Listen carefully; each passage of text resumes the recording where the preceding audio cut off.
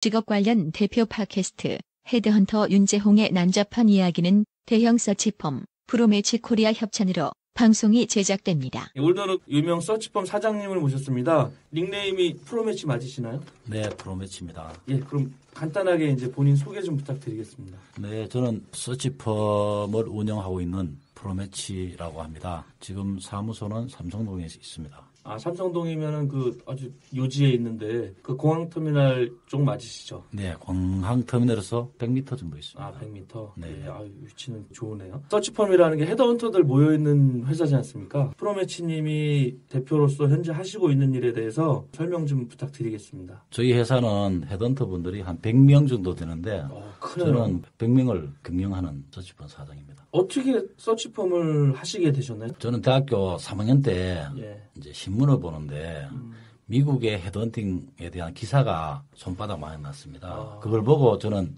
헤드헌터가 되어야겠다 꿈을 꿨습니다.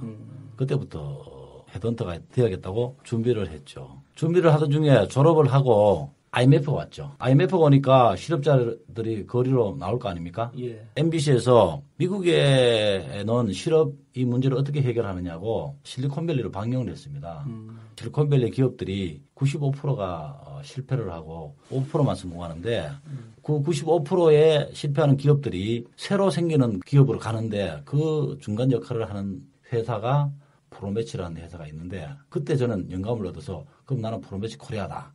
그러면은 시작하게 됐죠. 회사명을 모방을 하신 거네요, 결론은. 네. 안 되지 않나? 저는 그때 어떻게 생각했느냐 하면은 얘들이 미국에서 한국에서 프로매치를 하고 있다는 걸 알았을 때는 나는 벌써 그때는 돈 벌었을 거다. 이렇게 생각하고 프로매치라는 이름이 너무 좋아가지고 그냥 했던 거죠. 그러니까 예를 들어서 지금 막 미용실이나 이런 것도 샤넬이나 이런 것 쓰면 로열티로 막 걸려가지고 몇 천만 원씩 벌금 내잖아요. 그 프로매치라는 그 회사가 모 회사가 노바라는 회사인데 네. 노바라는 그 회사가 우리나라 고등학교만한 크기였어요. 네. 크기였는데 그쪽 한기퉁에서 고급 인력만 중개하는 그 회사가 프로매치였기 때문에 아직도 네. 문제 없고 앞으로 20년까지도 뭐 문제 없을 거라 생각합니다. 저는 이제 프로매치라 해서 매치가 이렇게 연결해준다. 프로매치. 이렇게만 생각했는데 그 실리콘밸리가 연결이 돼 있었네요. 네. 그래서 저는 그때부터 그 다음날 제가 프로매치 코리아 뒤에서 코리아를 붙여야 외국계 기업 냄새가 나기 때문에 클라이언트에 어필하기 좋았기 때문에 코리아를 붙이고 그 다음날 프로매치.co.kr 도메인을 잡고 그 다음날 바로 창업했습니다. 그러면 처음서부터 서치펌을 하신 건 아니실 거 아니에요? 처음에 이제 헤드헌터라는 잡은 최소한 기업 생활을 한 10년에서 한 15년 정도 해야 헤드헌터를 잘할 수 있거든요. 그런데 저는 헤드헌터에 대한 기업 생활을 안 해봤기 때문에 헤드헌터를 잘할 수 없는 그런 글이었어요. 그래서 저는 저한테 질문을 했죠. 내가 헤드헌터를 잘할 수 없는데 헤드헌터를 계속 해야 되느냐. 나한테 물어보니까 아니야, 너 꿈을 포기하면 안 돼.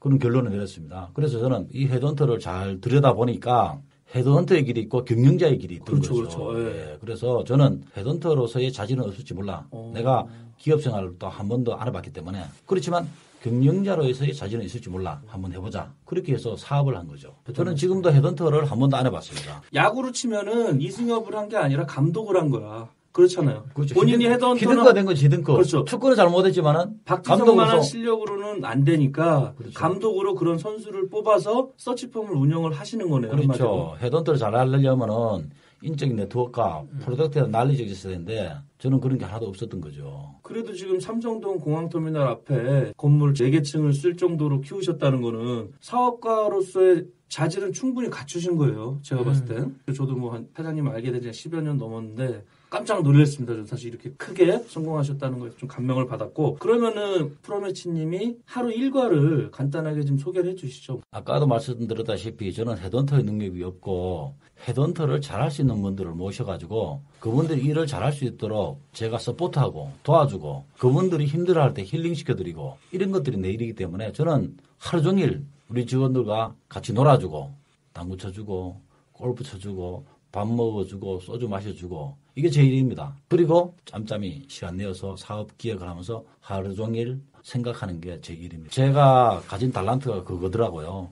사람과의 관계를 잘하는 거. 저는 사람과의 관계에서 스트레스를 받아본 적이 없습니다. 저는 우리 직원들이라든가 친한 분들한테 친절을 베풀고 도움이 되는 어떤 그런 역할을 하면서 저는 희열을 느끼기 때문에 저는 사람과의 관계에 대해서는 제가 타고난 탤런트인 것 같아요. 다른 분들이 사장님 때문에 스트레스 받는다는 생각을 안 해보셨어요? 전혀 그런 생각 못 그러면 해봤습니다. 대인 관계가 굉장히 좋으신 예, 정말 직원들을 편하게 해주고 직원들을 이해하고 이런 데 아주 능숙하기 때문에 전혀 그런 거 없습니다. 일단은 사람 관리를 잘 하시는 것 같긴 해요. 그래도 일단 100여 명 정도 운영을 하시고 있으니까. 그럼 이제 뭐 골프나 뭐 이렇게 당구도 쳐주시고 식사도 같이 하시는데 그 이외에 뭐 시간에는 주로 뭐 하시나요? 우리 컨설턴트 분들이 업무가 어느 정도 진행되어 있는지 공식적인 회의를 통해서 받는 것이 아니고 1대1 면담 자리에 가서 어깨를 한번 툭 쳐주면서 지금 하고 있는 일들이 잘 돼가고 있느냐, 도와줘야 될 일들이 무엇이 있는지 이렇게 이야기하면서 제가 그분들의 애로사항을 파악해서 그 애로사항을 없애주는, 제거해주는 그런 역할을 합니다. 쉽게 말하면은 진짜 아까 히딩크 말씀하셨는데 지시를 내리기보다는 편하게 일할 수 있는 환경을 그냥 만들어 주시는 역할이네요. 내가 여러분들이 일을 잘할 수 있도록 무엇을 도와줄 수 있습니까? 그거를 물어보고 도와주는 게 제 일입니다. 처음서부터 이렇게 크게 하시지는 않으셨을 거 아니에요? 처음에 이제 초창기 때 좀 어려웠던 얘기 그런 부분이 있으면 얘기 좀 해주시죠. 제가 지방대학교 나와서 서울에 와서 사업을 시작할 때 저는 정말 미천도 없었습니다. 요즘 이야기를 하면은 돈이 전혀 없는 상태에서 내가 사업을 어떻게 하면은 할 수 있을까 고민해 봤습니다. 그래서 제가 처음 사업할 때 투자를 받았습니다. 투자를 받았는데 헤드헌팅 사업을 하려면은 최소한 그때 자금이 한 5천만 원은 있어야겠더라고요. 그래서 저는 고민했습니다. 저는 어떤 문제가 생기면은 어떻게 하면 될까 그 방법론을 고민하는데 아주 잘하거든요. 그래서 어떻게 하면은 돈을 5천만 투자받을까 고민을 했던 거죠. 그래서 제가 딱 두 가지 방법을 택했습니다. 첫 번째는 요즘도 있는지 모르겠지만은 그 당시에는 스포츠 서울 이런 데 가면은 투자자 구합니다, 동업자 구합니다라고 하는 카테고리가 있습니다. 거기에 보면은 별의별 사기꾼들 또 다단계 업체에서 투자해라, 동업하자라고 많이 올려놨는데 저는 거기에다가 아주 진솔하게 내가 대학교 때 이런 꿈을 꿨고 대학교 졸업하고 이런 준비를 했고 새로 사업 시작하려고 하는데 돈이 5천만 원 필요하다. 투자해달라. 이렇게 올려놨습니다. 그 방법 한 가지. 두 번째는 내가 책을 읽고 영향력을 받은 분이 있는데 그분은 5천만 원을 투자해 줄 수 있을 것 같더라고요. 책을 쓰신 분을 무작정? 예, 무작정. 그 책을 읽으면서 동질감을 많이 느꼈습니다. 제가 이제 신학을 전공했는데 그분도 신학을 전공하시고 또 무자본에서 사업을 시작해서 뭐 수천억까지 이루신 분이기 때문에 그분 쓰신 책을 읽고 그분한테 5천만 원을 투자해달라고 메일을 보냈습니다. 그랬는데 먼저 투자자 구합니다. 그 게시판에 올려놓은 그 글귀를 보고 두 분이 한 분은 통일그룹, 한 분은 동부그룹에서 인사 담당 임원을 하셨던 분, 한 4, 5세 되신 분인데 그 두 분이 저를 보자는 겁니다. 내가 왜 김 사장한테 투자해 줘야 되는지 2페이지를 써오래요. 그게 2001년도. 아, 13년 전이죠. 그렇죠. 2001년도 정도죠. 그런 방법이 먹히네. 2001년도 정도인데 거기에다 올려놓고 그거를 보고 두 분이 페이퍼를 써오라고 해서 제가 페이퍼를 써서 산에 가자고 그러더라고요. 등산을요? 예, 산에. 수락산에. 그래서 수락산에 갔죠. 갔는데 이분들이 밑에서 만나서 산에 갔다가 내려오면서 회사와 관련돼 가지고 투자와 관련돼서 이야기 아무것도 안 하더라고요. 지금 생각해보니까 내 인성을 파악한 거죠. 저 사람 인간됨됨이 혹시 사기꾼은 아닌지 이런 걸 이제 판단해 본 거죠. 그러면서 밑에 내려오더니 페이퍼를 보자는 거예요. 딱 보더니 막걸리 한 잔 딱 마시면서 바로 내일 투자해 줄게. 그래가지고 두 분이 2,500만 원씩 그렇게 해서 투자를 받았고 두 번째 내가 책을 통해 가지고 만났던 그분한테 내가 전화를 했습니다. 내 메일 보내드린 거 봤습니까?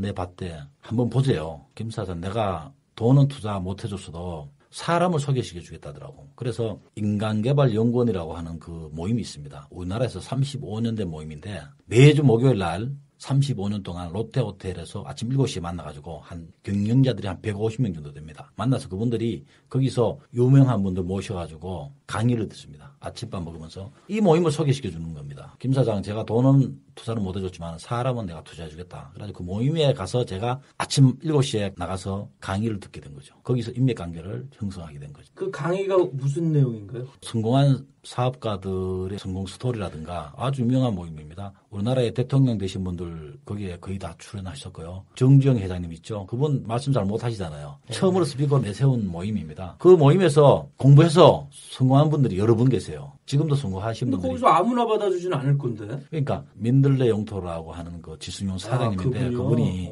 추천해 준 거죠. 그분이 추천해 줘가지고 그 모임에 들어가게 된 거죠. 사실은 제가 투자 받기 전에 저는 고등학교 졸업하고부터 장사를 했습니다. 보통 고등학교 졸업하면은 우리는 학력고사 세대인데 12월 달에 학력고사 쳐놓고 대학교 가기 전까지 한 3, 4개월의 시간이 있잖아요. 제 고향은 경상북도 영주인데 그때부터 저는 과일 장사를 했습니다. 귤이요? 귤 전에 뭔 사업을 했냐면은 이제 12월 달이니까 크리스마스 시즌이잖아요. 연말이고 하니까. 요즘은 크리스마스 캐롤 이런 것도 길거리 잘 안 들리는데 우리 다닐 때에도 12월 달 되면 나가면 크리스마스 캐롤이 나오고 해서 연말 분위기가 무심 풍겼는데 양초 있죠. 동물 사과라든가 뭐 이런 그 배라든가 이런데 양초 캐는 그거 있죠. 그걸 뭐라 하죠? 그거를 영주에서 남대문 시장까지 장을 보러 간 거예요. 남대문에 가가지고 양초를 2박스를 사가지고 어깨 메고 영주에 와서 팔고 그 일주일에 한 번씩 또 팔리면은 또 서울에 와서 장을 보고 이렇게 해서 팔았는데 그게 나중에 이제 연말 딱 12월 31일이 딱 끝나니까 하나도 안 팔리는 거예요. 재고를 다 팔아야 이게 남는 게 있는데 안 팔리는 거예요. 그래서 영주 시내 선물집에 가서 이거를 3분의 1 가격으로 덤핑으로 그냥 팔아버렸어요. 그러니까 본전이죠. 이거를 제값 받고 팔아야 돈이 되는데. 그래서 야 그때 다시는 내가 재고가 남는 사업은 안 한다. 이렇게 마음을 먹었던 거죠. 그리고 그 다음에 뭔 장사를 할까 이렇게 생각하다가 귤 장사를 했습니다. 겨울이니까. 귤을 하루에 4박스를 떼다가 팔면 5천이 남아요. 그거를 매일 저녁에 했던 거죠. 그런데 그게 또 2월달 3월달 되니까 날씨가 따뜻해지니까 이게 썩는 거예요. 사놨던 게. 그래가지고 그때는 다시는 앞으로는 이제 내가 이런 건 안 하겠다. 그런 생각을 했던 거죠. 지금 하고 있는 서비스 산업을 생각했던 그것도 그런 어떤 배경이 있지 않겠나.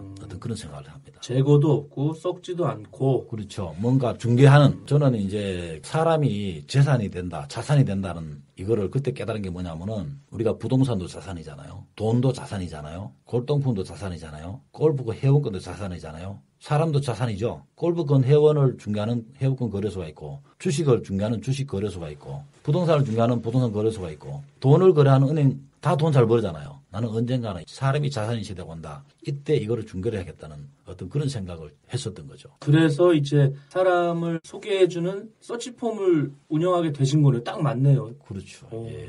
시작하실 때는 그런 큰 뜻이 있으셨네요. 네네. 그럼 지금 어느 정도 뭐 성공하신 거잖아요. 가정이라고 생각하는데. 가정이시고요. 예. 저는 헤드헌팅을 하면서 3가지에 대한 어떤 경영 목표를 뒀어요. 첫 번째는 조직을 좀 대형화해야겠다. 2번째는 투자를 받지 않겠다. 처음에는 이제 시드머니가 필요했기 때문에 투자했지만은 보통 서치펌들이 20억, 30억 투자받아서 옛날에는 신문사에서도 투자했었고 또 결혼정보회사에서도 투자했었고 20억, 30억을 그랬는데 그런 회사들이 자본 투자 때문에 배당해줘야 되기 때문에 거의 다 어렵습니다. 어렵고 망했습니다. 그렇지만 저는 투자를 하나도 받지 않겠다. 그렇게 생각했었고 3번째는 조직을 수평조직을 만들겠다. 그런 생각을 했습니다. 수평조직이라는 것은 무엇이냐면은 우리 회사 헤드헌터들이 100명이지만은 스텝 조직은 저하고 어드민 딱 2분입니다. 100명이라는 그런 조직을 2명이서 서포트하기 때문에 중간에 PM이라든가 그 역할을 하시는 분들이 전혀 없기 때문에 우리 업계에서 최고로 많은 성과도 나눠줄 수도 있고 최고로 좋은 환경을 만들 수도 있고 하여튼 최고로 좋은 환경에서 서포트를 받으면서 헤드헌터를 할 수 있는 그런 기반을 만들어야겠다 생각했습니다. 헤드헌터 분들하고 저희의 탤런트가 있는 거죠. 저는 헤드헌터 분들이 잘할 수 있도록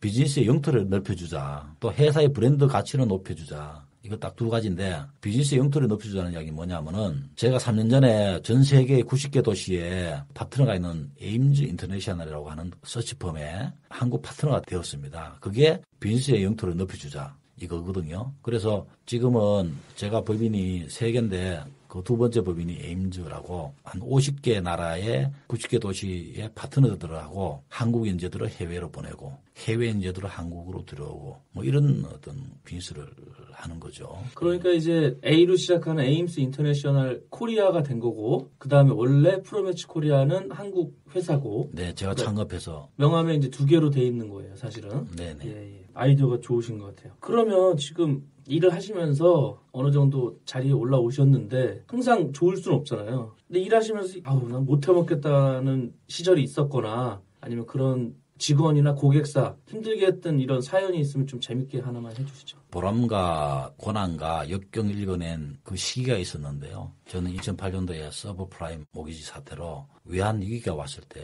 정말 큰 위기였습니다. 매출이 70% 80% 떨어지고 내가 사업을 하고 정말 그때 야 이거 위기구나. 이 사태를 슬기롭게 넘기지 못하면은 정말 끝이구나. 그래서 저는 모든 경영자들이 위기와 기회는 같이 온다는 이야기를 항상 들었는데 제가 인간개발연구원에 가서 공부를 하면서 나한테 위기가 뭘고 기회가 뭘 건가를 고민을 했습니다. 저는 그때 직관적으로 위기는 기회다 알았습니다. 이때 조직을 좀 배로 성장시키자. 정말 그렇게 해야 이게 내가 다시 한 단계 뛰어넘을 수 있고 한 단계 돌아갈 수 있는 어떤 그런 기회가 오지 않을까 싶었습니다. 그래서 저는 2008년도에 제가 사업 초기에 부족한 점이 많아서 몇 명이서 나가서 창업을 하거나 다른 서치펌으로 가신 분들이 계시었는데 야 이분들이 나가서 창업을 하고 계시는데 정말 어렵겠구나. 내가 한 4, 50명 되는 조직이 어려운데 소규모로 하는 회사는 어렵겠다. 그분들 다 우리 회사로 다시 들어오라. 그분들을 모시러 다녔습니다. 그래가지고 그분들 다 만나서 설득해서 지금 우리가 사무실은 4개층 쓰지만은 그때만 해도 9층 쓰고 있었습니다. 외환위기 전에. 그래서 외환위기 때 자본이 축적된 거 가지고 또 10층을 얻어버렸습니다. 이제 10층이 외환위기 오니까 다른 업체는 그 부도 나가지고 어떤 다른 데로 이사 갔는데 사무실 마침 비어서 10층을 얻어서 그 나가신 분들을 다 모시고 왔습니다. 모시고 와서 위기를 이제 극복할 수 있었고 그 중에서는 50대 퇴직하시고 저를 만났는데 정말 우리 회사에서 성과를 많이 내던 분입니다. 근데 그분을 제가 다시 모시고 올 수 있었어요. 두 분이 계셨는데 그 두 분을 같이 모시고 왔기 때문에 제가 그때 살아났습니다. 그 두 분이 없었으면은 매출이 떨어졌기 때문에 다시 살아날 수 없었을 거예요. 그렇지만 그 사람들은 위기가 온다니까 일단 큰 나무 밑으로 피하자. 그렇게 하고 들어왔었는데 연세가 65대고 우리 회사에서 가장 고령자신데 그때 나갔다 다시 온 거에 대해서 상당히 미안해하고 그분들이 들어오셔서 큰 불을 끄셨지만 그분들 입장에서도 소수로 나가서 하면 자기네가 임대료니 뭐니 다 나가거든요. 근데 그런 부분 없이 안전하게 그래도 적응을 하신 거라고 볼 수도 있잖아요. 그렇죠. 그러니까 서로 윈윈하신 거네요. 그렇죠. 우리 회사는 모든 분들이 윈윈입니다. 서치펌이 굉장히 많잖아요. 둘이 하는 분도 있고 뭐 한 50명, 100명도 있을 거고 20명도 있는데 인원수가 많을수록 좋다고 볼 수도 있나요? 인원수가 많으면 장단점이 있죠. 일단 업계에 1, 2, 3 안에 들어야 브랜드 파워가 높아져야 회사로 들어오는 오다들이 인오다들이 있는 거죠. 뭐 한 3위 안에 든다고 봐야죠. 네. 규모로 100명이 넘으니까. 그리고 제가 듣기로는 이게 조그만 서치펌들을 많이 인수를 하셨잖아요. 네. 그런 것도 득이 되셨나요? 아니면 실이 되셨나요? 제가 한 50명일 때부터 좀 컨설턴트 영입하는 문제가 힘들더라고요. 그래서 제가 이제 선택했던 방법이 M&A를 통해 가지고 인원들을 많이 확충했습니다. 인원들이 왜 많아져야 되느냐고 아까 물어봤는데 인원들이 많으면은 시너지 효과 엄청납니다. 내가 직원들 3, 40명일 때하고 7, 80명 넘어갔을 때하고의 비즈니스는 완전히 다릅니다. 우리가 3, 40명일 때는 컨설턴트 각자의 역량에 의해서 움직이는 회사였지만은 이 7, 80명이 되니까 회사 매출액의 한 7, 80%가 직원들 간의 협업으로 통해서 일어납니다. 공동 코어그룹. 네네. 그렇기 때문에 이거는 인원이 많으면 많을수록 유리한 게임이죠. 그리고 우리 회사는 각 분야별로 산업을 크게 나눠보면은 금융,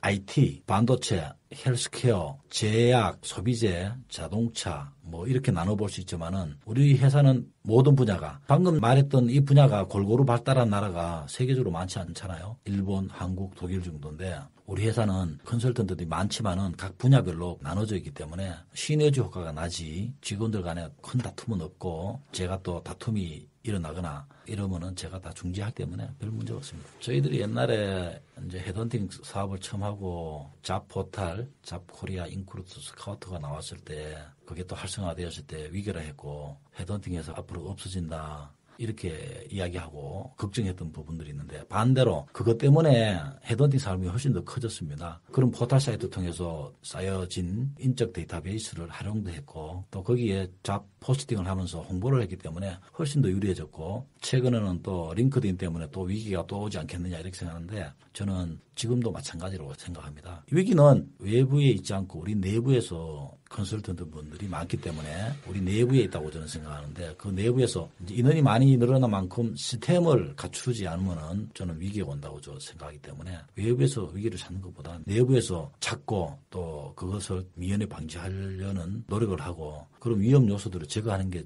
제 일 중에 하나죠. 헤드헌터의 자질을 몇 가지로 나눠보면은 첫째는 개인적인 네트워크가 있어야 된다. 인맥이 좋아야 된다. 그래 인맥이 좋으려면은 회사 생활을 최소한 7년 이상을 하셔야 된다. 두 번째, 프로덕트에 대한 난리지가 있어야 된다. 특히 직무에 대한 지식. 어떤 기업에서 어떤 사람을 뽑아달라고 할 때는 직무에 적합한 사람을 인재를 뽑아달라고 하는 거잖아요. 그래서 직무 분석이 정말 중요합니다. 그거를 하려면 그것도 마찬가지로 기업 생활 최소한 7년 이상. 조금 전에 이야기했던 것들 7개, 6개 산업 분야에서 세 번째로는 코어 협업을 할 수 있는 어떤 그런 자질이 있어야 된다고 생각합니다. 아까도 말씀드렸다시피 우리 회사 컨설턴트 분들이 한 100분 정도 되는데 그분들이 개인으로서 할 수 있는 일의 성과는 한계가 있습니다. 직원들 간에 서로 코어를 통해 가지고 협업을 통해서 성과를 창출해내는 우리 경제가 10% 15% 성장할 때 60년대 70년도에는 천적 인재가 필요했지만은 지금은 3, 4% 성장하는 시대에서는 소통이 잘 되고 통합을 할 수 있는 어떤 그런 인재가 필요하고 서로 어떤 첨예한 이익이 대립되는 상황에서 서로 자기 거를 양보할 수 있는 어떤 그런 인재가 필요하다고 생각합니다. 요즘 민감한 질문일지 모르겠는데 만약에 후보자나 고객사 사이에 두고 불미스러운 일이 일어날 수밖에 없잖아요, 사실은. 사람들 그렇죠. 하다 보니까. 네. 근데 그럴 때 프로매치님이 중재하는 원칙이 있으세요? 뭐 아까 지금 말씀드린 대로 희생을 얘기를 하셨는데 돈이 걸려 있다 보니까 헤드헌터들이 희생한다는 게 쉽게 이해는 안 가는데. 희생을 대립하는 건에 대해서 문제점을 파악해 보면은 큰 이 건이 걸려 있거나 그렇지는 않아요. 대부분 보면은. 그래서 그거를 포기하는 분은 저는 제가 도와줄 수 있는 방법으로 제가 도와드리죠. 예를 들어서 회사로 들어오는 오다를 나눠준다거나 이런 방법으로 통해서 예를 들어서 우리 컨설턴트 분들이 고객사 가지고 많이 다툼이 일어나는데 고객사 하나 포기하면은 저는 2개 준다고 하는 어떤 그런 원칙을 가지고 포기하라고 좀 양보하라고 제가 설득하고 또 우리 직원들이 그렇게 잘 따르는 편입니다. S전자 같은 경우에는 이제 사업부별로 회사가 다 다르기 때문에 S전자 하나의 회사가 사업부로 나눠져 있기 때문에 거기에 인사 담당자들도 다 다릅니다. 인사 담당자들별로 헤드헌터를 컨택하기 때문에 큰 문제가 안 되고요. 작은 기업들 같은 경우에는 아예 누구하고 하고 있으니까 그분 열심히 좀 잘 도와주시라고 이렇게 말 한마디 하고 나오면 되는데 그걸 못하고 분쟁의 소지를 발생시키는 경우가 있는데 대부분 보면은 협의가 가능하고 해결할 수 있는 문제들입니다. 그 부분이 사장님이 업무하시는 데 있어서 제일 골치 아픈 부분인데 저도 헤드헌터 하면서 보면은 개인적인 인성 부분이 많이 있어요, 사실은. 포기할 부분도 있는데 서로 자기 주장을 내세우다 보면 답이 없게끔 좀 이렇게 어려워지는 문제가 있는데 그런 부분은 이제 상식선에서 해결해야 되는 것 같아요. 헤드헌터로의 수익 구조는 고객사에 추천을 하면 수수료가 20%다 그러면 회사에 입금되는 기준으로 70%가 헤드헌터 몫이고 30%가 회사 몫이잖아요. 액수는 안 밝히셔도 돼요. 곤란하시면. 삼성동 공항터미널 앞에 있는 빌딩 4개 층을 쓰면서 유지를 한다 그러면 그 비용도 어마어마하다. 아니 일반적으로 직원이 100명 정도 되면은 얼마 벌어야 되는 거죠. 저는 이제까지 급여 내가 또 얼마 돈 버는지를 생각해보지 않았어요. 많이 벌 때는 억 이상 법니다. 월. 사업이라는 거는 잘못하면 또 억 까지기 때문에 제로라고 보는 거지 항상. 월 억 벌 수도 있고 월 억 까질 수도 있다. 좋은 얘기 많이 해주셨는데 본인의 성공 비결이라고 하면 뭐가 있을까요? 제가 성공했던 비결은 뭐냐면은 패러다임을 읽었다는 거죠. 아까 말씀드렸다시피 서비스, 산업, 재고가 남고 귤이 썩어가고 생선이 썩어가는 그런 사람이 아니고 앞으로는 서비스 시대다. 부동산도 자산이고 골동품도 자산인데 사람도 머지않아 큰 자산이다. 그 자산을 중개하고 스카우트해주는 이 사업이 뜨겠다. 이런 패러다임을 읽은 거죠. 그리고 그 사업을 또 해냈다는 거. 정말 많은 고생했는데 그거를 해낼 수 있는 용기와 저는 이제 말보다는 또 실천이 강한 편인데 실행력이 강한 편인데 실행할 수 있었던 어떤 그런 배짱이라고 할까? 예. 네. 대학교 졸업해가지고 아르바이트 할 때 그런 생각이 들더라고요. 좋은 직장 대기업 다니고 이런 친구들 또 공무원들은 나와서 소주 한 잔 먹을 때 술값도 먼저 내고 그러잖아요. 근데 그전에는 내가 항상 술값도 먼저 내고 하는 그런 스타일이었는데 어느 날 갑자기 내가 신발끈을 묶고 있는 그런 지경이 된 거죠. 이 인생 이거 한번 사는 인생인데 친구들한테 소주도 한 잔 못 사서 되겠느냐. 그래서 저는 창업하자 그렇게 생각했습니다. 그래서 뭐 직장생활도 좋지만 요즘 참 보면 잡 찾기 어려운데 요즘 창업하는 것도 어떻게 보면 하나의 돌파구가 될 수 있고 초기에는 분명히 고생할 거예요. 고생하지만은 그 고생 뒤에는 좋은 시절이 온다, 시기가 온다 그런 어떤 믿음을 가지고 창업을 하면은 좋은 방안이라고 저는 생각합니다. 혹시 이 서치펌을 창업을 하고자 하는 분들이 분명히 있을 거예요. 네. 그분들한테 이제 해주고 싶은 말이 있으면 뭐가 있으실까요? 사람마다 다 탤런트가 있기 때문에 헤드헌터를 잘할 수 있는 분들이 있고 또 경영을 잘할 수 있는 분들이 있어요. 분명히 그건 다릅니다. 그래서 내가 경영을 잘할 수 있는 분들은 창업을 해야 되겠고 또 헤드헌터를 잘할 수 있는 분들은 헤드헌터를 하셔야지 실패가 없지.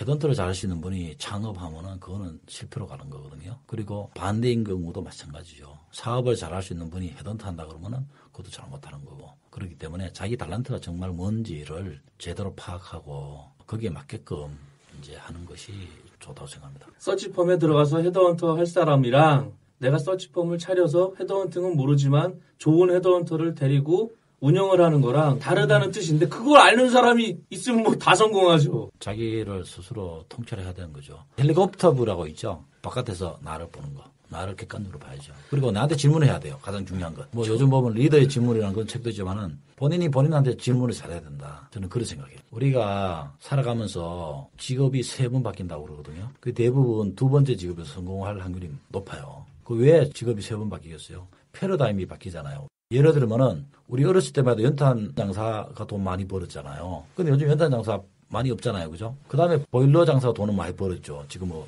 많이 벌고 있지만은 앞으로도 계속 잘 벌까요? 앞으로는 거실의 유리 다 태양광 그 발전기로 다 바뀌고 집안에 태양광을 축전하는 축전기들이 하나씩 다 있는데 그래서 그렇게 패러다임이 변하기 때문에 거기에 맞춰가지고 사업을 저는 해야 된다고 생각합니다. 패러다임을 잘 읽어 오셨잖아요. 네. 그럼 앞으로 다른 계획이나 꿈이 있으세요? 이런 걸 한번 해보고 싶다든지 생각하고 있는 사업. 저는 일을 못할 시간까지 목표로 하는 것이 있는데 저는 헤드헌터라는 직업이 우리가 인생에 있어서 가장 정점에 있는 분들의 커리어를 컨설팅하기 때문에 정말 우리 생애에 있어서 태어나서부터 은퇴할 때까지 커리어 컨설팅을 가장 잘할 수 있는 백그라운드를 저는 가졌다고 생각해요. 그래서 제가 만약에 10층짜리 빌딩을 짓는다고 생각하면은 1층에는 저는 잡 카페를 차리고 싶습니다. 그리고 2층에는 유치원 아이들을 위한 경력과 관리된 예를 들어서 롯데월드에 가면 그런 것들을 한번 만들어보고 2층, 3층에는 그리고 4, 5층에는 중고등학생들 경력 컨설팅을 직장인들만 했고 대학생들까지 했지만은 요즘은 고등학생, 중학생들까지 내려오잖아요. 4층, 5층에는 중학생, 고등학생들 6층, 7층에는 이제 대학생들 취업 컨설팅 7층, 8층에는 헤드헌팅 경력자들 그리고 최고 꼭대기에는 은퇴자를 위한 컨설팅 해주는 컨설팅 회사를 만드는 게 제 목표입니다. 분명히 저는 그걸 할 거고요. 언젠가는 꿈을 이루시길 바라겠습니다. 바쁜 시간 내주셔서 감사한데 홍보 시간 드릴 테니까 뭐 홍보하시고 싶은 거 있으신가요? 제가 원래 우리 사무실을 2개층 썼었는데 2개층을 더 확대하면서 우리 사무실에 자그마한 카페를 만들었습니다. 정말 저는 그 카페에서 우리 컨설턴트 분들이 서로 잡담하고 또 비즈니스 미팅 할 때 야 정말 내가 이 헤드헌팅업을 하면서 가장 잘한 일 중에 하나다. 저는 그렇게 생각합니다. 난잡한 이야기에서 정식 광고주를 모십니다. 방송에 광고를 하실 분들은 공식 이메일 주소나 공식 카카오톡으로 문의해 주시기 바랍니다. 방송을 듣고 후원해 주실 분들은 후원 계좌로 후원 부탁드립니다. 후원금은 더 좋은 방송을 만드는 데 사용하겠습니다. 그리고 팟빵 순위는 구독하기, 다운로드하기, 별점 주기, 좋아요 누르기, 댓글 달기로 정해집니다. 구독 신청은 꼭 해주시고요. 매일 해주시면 좋지만 새로운 에피소드가 올라오는 매주 수요일, 토요일에는 꼭 다운로드하기, 별점 주기, 좋아요 누르기, 댓글 달기를 해주시면 감사하겠습니다. 자세한 내용은 네이버에 있는 난잡한 이야기 공식 카페를 참고하시기 바랍니다. 그러면 이제 그 프로매치님이 오늘 아주 좋은 말씀 많이 해주셨는데 초대해서 듣고 싶은 직업이나 섭외 가능한 분 혹시 추천 가능하신 분 계신가요? 제 친구인데 우리 사무실에서 한 3년 정도 같이 일했던 친구인데 이 친구가 지금 호텔 사장이 되어 있습니다. 아, 그래요? 예. 이 친구가 옛날에 레오가 아실지 모르지만 우리 처음에 회사 홈페이지를 만들었던 2001년도에 그분이거든요. 그분인데 그분이 2008년도에 외환위기 때 정말 저에게는 은인과 같은 분입니다. 그 매출이 줄어드니까 자금이 안 돌잖아요. 그래서 내가 자금이 안 돌아서 사무실에서 혼자 고민하면서 얼굴이 시커매서 고민하고 있는데 이 친구가 뭐 때문에 너 그러냐요. 자금이 한 1억이 안 돌아가지고 죽겠다. 진짜 죽어야 된다 이러니까 이 친구가 야 나는 진짜 죽다 살았는데 그것 때문에 왜 죽어 그러면서 돈을 1억 빌려준 거예요. 진짜로요? 예. 들어본 것 같긴 한데. 그 친구가 대단하다. 중국에서 간 이식을 하고 왔어요. 근데 간 이식 환자하고 같이 밥도 잘 먹기 싫어하고 막 그러잖아요. 근데 저는 내가 중학교 1학년 때 우리 어머님이 간암으로 돌아가시기 때문에 남미일 같지 않더라고요. 그래서 그 친구한테 밥도 같이 먹고 또 된장국에 수가도 같이 푹푹 넣고 제가 위로해 줬습니다. 그랬더니 이 친구가 내가 어려움이 겪고 있으니까 돈을 빌려준 거예요. 그래서 2008년도에 외환위기를 그 친구 때문에 벗어날 수 있었고 그 친구가 저쪽에 그 상계동 쪽에서 오피스텔에서 저 한쪽 기퉁이 쪽이죠. 서울 도심은 아니잖아요. 오피스텔에서 직원들 3명 데리고 일을 하고 있는데 친구야 여기 있지 말고 우리 사무실에 삼성동에서 일을 하자. 그때 이제 10층을 얻었기 때문에 사무실이 한 4분의 1이 비어 있었어요. 그 친구한테 야 니 거기 얼마 쓰고 있느냐? 100만 원 쓰고 있대요. 그럼 100만 원만 내라. 그게 한 200만 원 받아야 되는데 일반적으로 100만 원만 내라 해가지고 내가 그 친구한테 100만 원만 받고 2년 동안 같이 하면서 서로 사업에 대한 의견을 서로 교환하고 그렇게 하면서 그 친구가 지금 서울에 호텔이 모자라니까 영종도에 호텔을 지은 건 아니고 오피스텔 미분양된 게 있죠. 그거를 4개 층을 얻어가지고 호텔로 다 바꿨어요. 불법 아닙니까? 불법 아니에요. 불법 아니고. 예, 인천시하고 뭐 다 이제 적법하게 이제 허가를 받아가지고 방 하나를 호텔로 개조하는데 한 1,000만 원 정도 들었대요. 그렇게 해가지고 4개 중에 한 60개 정도를 호텔로 하는데 지금 아주 잘 됩니다. 그 친구를 한번 모시고 싶습니다. 그럼 그분 시간 되시면 꼭 좀 섭외 좀 부탁드리겠습니다. 네네. 그럼 저 프로매치님도 짤막하게 이런 거 처음 해보셨을 텐데 소감 한마디 저는 해주시죠. 처음이라서 강연은 제가 좀 해봤거든요. 승무 스토리로. 그런데 이렇게 토크쇼는 처음 해봤기 때문에 긴장을 많이 했습니다. 처음에.